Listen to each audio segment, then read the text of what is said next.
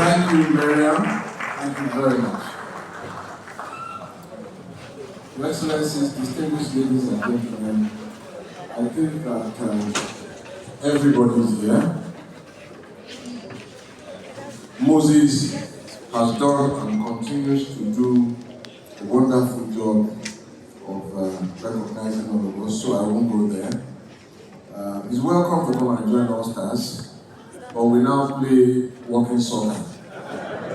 And just to tell him that at the time he thought that I was not scoring, he was watching black and white TV. But seriously, everybody is here, and this is an awesome convening power by Mumne and Ao, and nobody else would have convened this. I got my notification almost 6 months to this day as well, and I couldn't pass up the opportunity to be here to share my thoughts about something I'm obviously very passionate about. But time is fast spent. So when I got here at 1, I asked him if he would let me go at 2:30, and he said yes. When I asked him how long I was speaking for, about 2 months ago, he said 45 minutes to 1 hour. If you do the calculations now, 2:30 is no longer practical. But I'll try and keep this. It's long, and I don't intend to bore you. I already have a copy of the book, but I think I must start by thanking him for giving me this very, very important platform to speak about this subject very much after my heart, sports generally and football in particular. He also did me another favor because the subject was football focused, and I said, can you allow me to make it sports focused? Because if sports strikes, football will fight. And he said yes. So I will start by just saying that over the last few years, I've tried to develop a document around which I hope that we will create a brain trust to unlock what I think are the limitless possibilities that sports can bring to us as a people. I must confess that the work is unfinished, but when this subject came up, I thought that, look, this thing that you've been doing for about 4 or 5 years, begin to share some of it, even if you can't finish it. So that's why I chose the subject. And so, why sports? And my answer is simple. Why not sports? And why not now? Let us start with the timing about why now. My view is that in the history of human civilization, there's probably no time like now that talent is being rewarded on an unprecedented scale. Please just process that.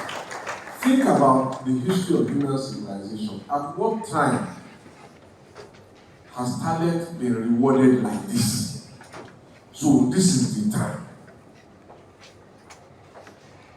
Many of those whose talent is receiving reward and recognition today were not those who did the hard work.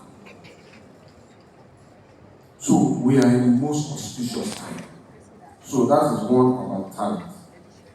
And if we think that we have seen reward, we have seen nothing yet. It's just about to start.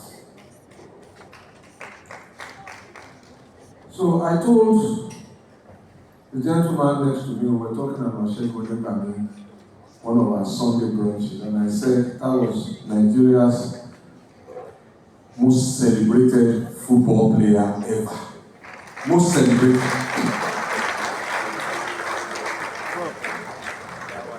And very few matches were televised live then, but if you went to either the Liberty Stadium to watch him or the National Stadium, the stadium would have been full by 10 a.m.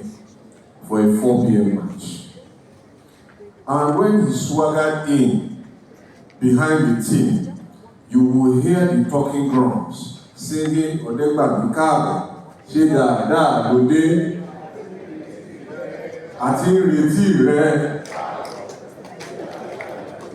Look, so, but here is, he didn't make the millions per week, the hundreds of thousands per week, but people like him and those before him broke their backs to create today.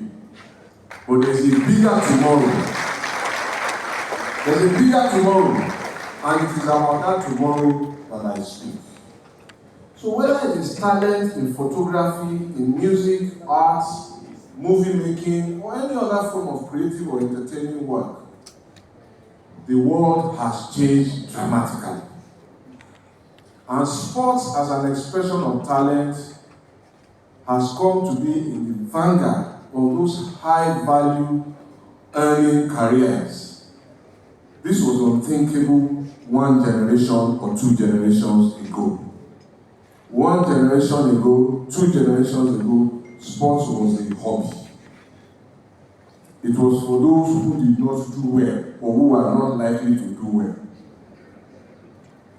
But the world has changed.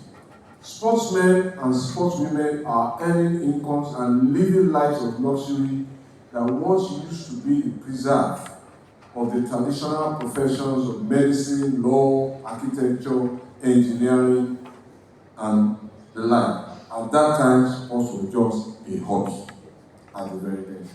So, and I think it's important that we process that. My argument is that the thinking that was therefore changed by everyone in this assembly, because this is a powerful assembly. Everybody is here.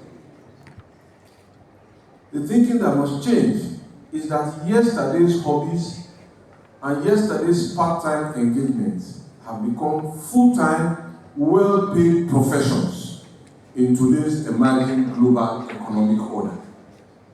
Let's just remember that. If you remember nothing after this interaction, yesterday's hobbies have become full-time professions and they are being well-paid, and the global economic order is changing. These professions are creating a vast pathway to a meaningful life for people who would otherwise have lived on the margins of society. That's pushed them to the top of the pyramid. And these new breed professionals are now hiring accountants, they're hiring lawyers, they're hiring architects to build their houses and so much more. You see how this, and I think all of us who have a voice in this nation must remember this as we go forward. It's a momentum change. And this breed of professionals are now the new employers of the traditional professions.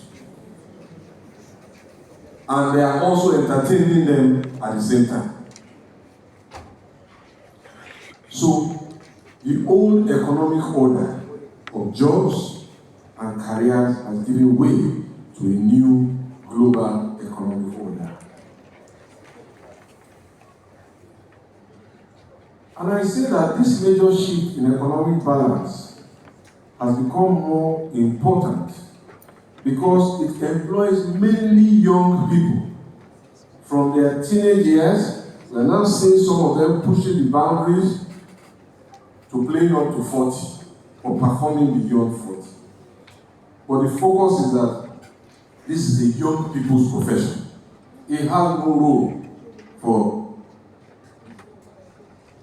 people who are older. If Shegun wanted to play now, he couldn't. In fact, the last time we had a discussion, almost 2 decades ago, and I said, Big Shegun, don't come again. He said, today, my knees can't support me anymore. So, but why is that important? It is important because when I reflect on the Nigerian problem of youth unemployment, I tell myself that that problem persists only for one reason. We have been ignoring the solution. Youth unemployment is a problem because we are ignoring the solution.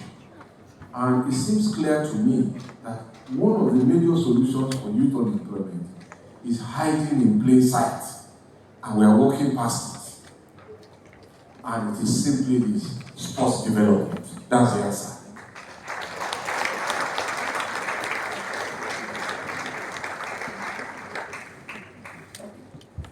So, if we reflect on the number of people that music, film, fashion, and photography is now employing, and we reflect on the possibilities that lie in sports, it will be clear what we have missed. So, I do a quick example of Mumuni Alao and sports-based employment. Complete sports and complete football has provided him a career that lasted over 3 decades, and many more who worked in that one company. So can you imagine what would have happened if there were 100 such companies?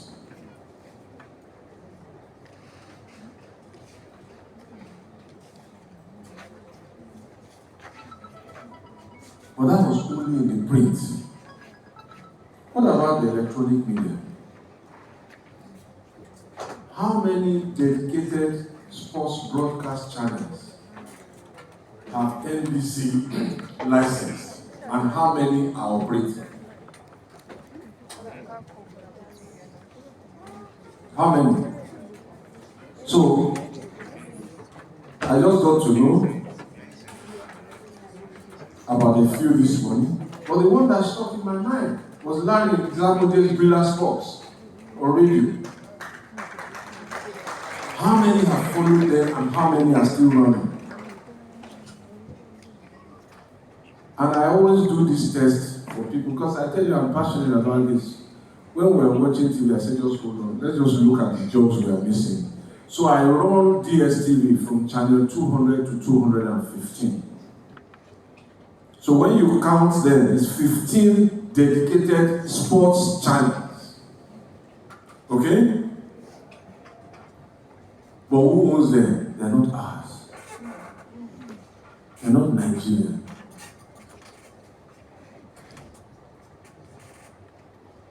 But look at the number of reporters, cameramen, scriptwriters, producers.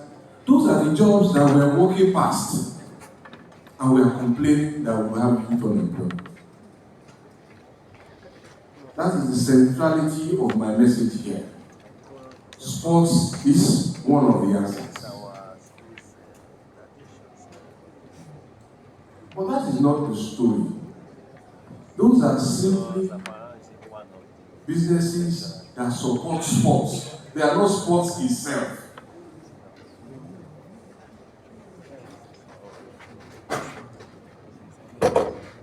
But just think about the number of jobs that are behind Sky Sports News, ESPN, DAZN, beIN Sports, Fox Sports, and if we could create ours in multiples.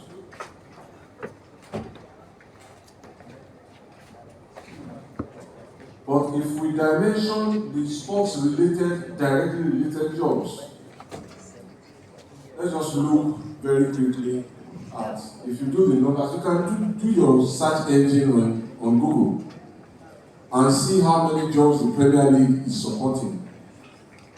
Before Manchester United started cutting the staff strength by about 250 people, they were employing 1,100 people, one football club. So if we just use an average of even 500 as a benchmark in the Premier League, that times 20 teams employing 500 people, 10,000 jobs.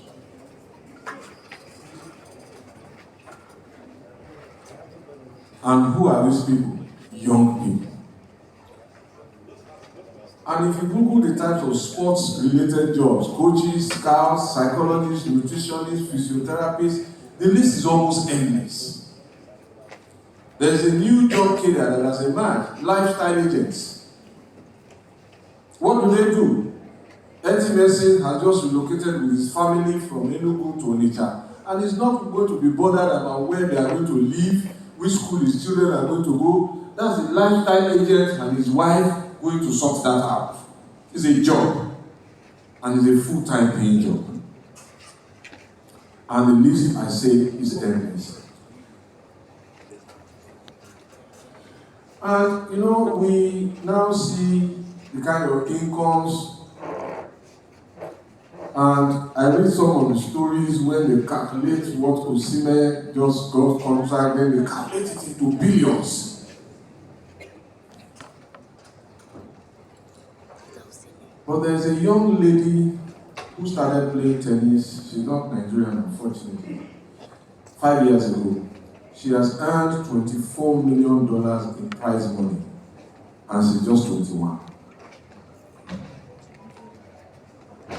I've gone back to an old pastime of mine, snooker, and people will be surprised what used to just be a small barroom pool hobby, post-work hobby, is now a full-time profession across the world.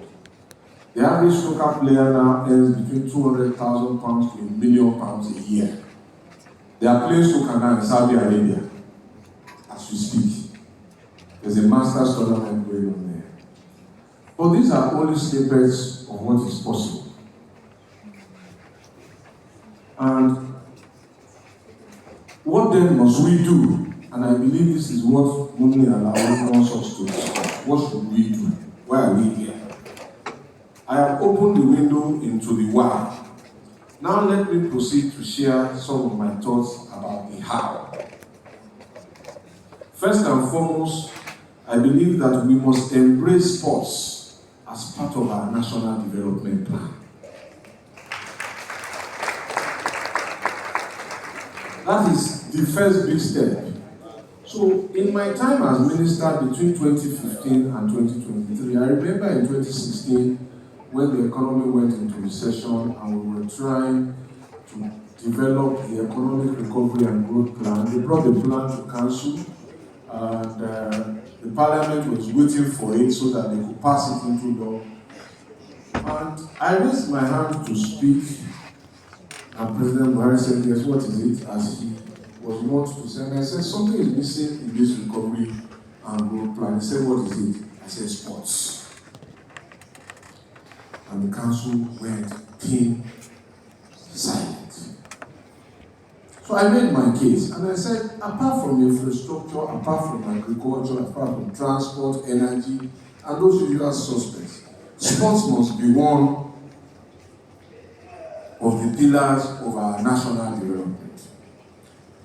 To some of my colleagues, it sounded like heresy, or at best an oversimplification of a very serious issue. I must say that in that meeting, I was unsuccessful because we could not go back to rework the sports plan to fit into that document, and the National Assembly was saying, you are delaying us. So I held my peace. Thankfully, when we were supposed to do the 2021-2025 National Development Plan, I'm pleased to say that I later succeeded to elevate sports into an economic pedestal for job creation and empowerment. And this is most important, but this is not the first time that it has happened in Nigeria. And this is the sweetest part of my intervention. We have done it before. And I will tell you shortly. I will get there as quickly as I can. But having put sports in our national development plan, it is necessary to take many more steps. I was telling you about something I was developing. But let me just highlight some of those steps very quickly. The first one, and I think this assembly can do that one, or start it. No one can own this thing. It's an all-of-the-nation effort. But I think this assembly can start it. The first is to create an all-of-country awareness. All-of-country awareness. Using every media portal possible, that as a people, we are committed to optimizing the enormous possibilities of sports, not just as an entertainment, but as a business and as a profession. Can we start that after this meeting? Everybody who is in the media, just Nigeria is doing sports for business, for development, and for professionalism. It is important. It sends the most compelling message of our readiness. The second thing I think we must do, we must develop the manpower capacity for training talent, nurturing talent, optimizing their potential into positive outcomes. That's also job creation. This will involve a full review of our education curriculum from primary school through secondary schools, polytechnics, and universities. It will involve the National Union of Teachers, through especially the physical education teachers. It will involve the Association of Nigerian Principals. It will involve the National Universities Commission to develop faculties for specializing in sports education in universities where they do not already exist. I remain mindful of cadet and amateur sports as distinct from professional sports and how they can feed into each other, but this platform does not allow me to go into much detail. Whilst I was preparing this, I did a very quick search about the number of physical education teachers that exist in Lagos. The records suggest that there are 747 of them in 406 schools. And they have specialties with degrees in subjects such as BSc education, in human kinetics, in physical education, and in health education. But this is the foundation in the schools. Thirdly, whilst we are building manpower, we must commit to the infrastructure by integrating our transport services to venues like stadiums and other sporting arenas. They must connect. They must lead to those destinations as a conscious plan. In some places, we must also audit, and this will now require us to audit the existing facilities. A national audit. What do we have everywhere? And as we are doing this, we keep the records and the road network that is nearest to it. So if there is work to be done, let's fix it. If there is a real network that connects to it, let's fix it. In some places, only minimal upgrades will be required. In some other places, it may be extensive.